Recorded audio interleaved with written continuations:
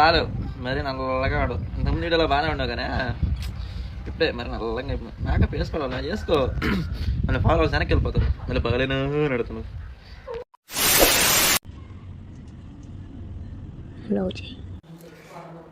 China సామాన్ ఉంది, మరి సామాన్కి ఎంత తీసుకుంటావు? సామాన్కి ఏం తీసుకోను మేడం, ఓన్లీ మీకే కిరాయి తీసుకుంటా. సామాన్ ఫ్రీగానే తీసుకోపోతా. అవునా?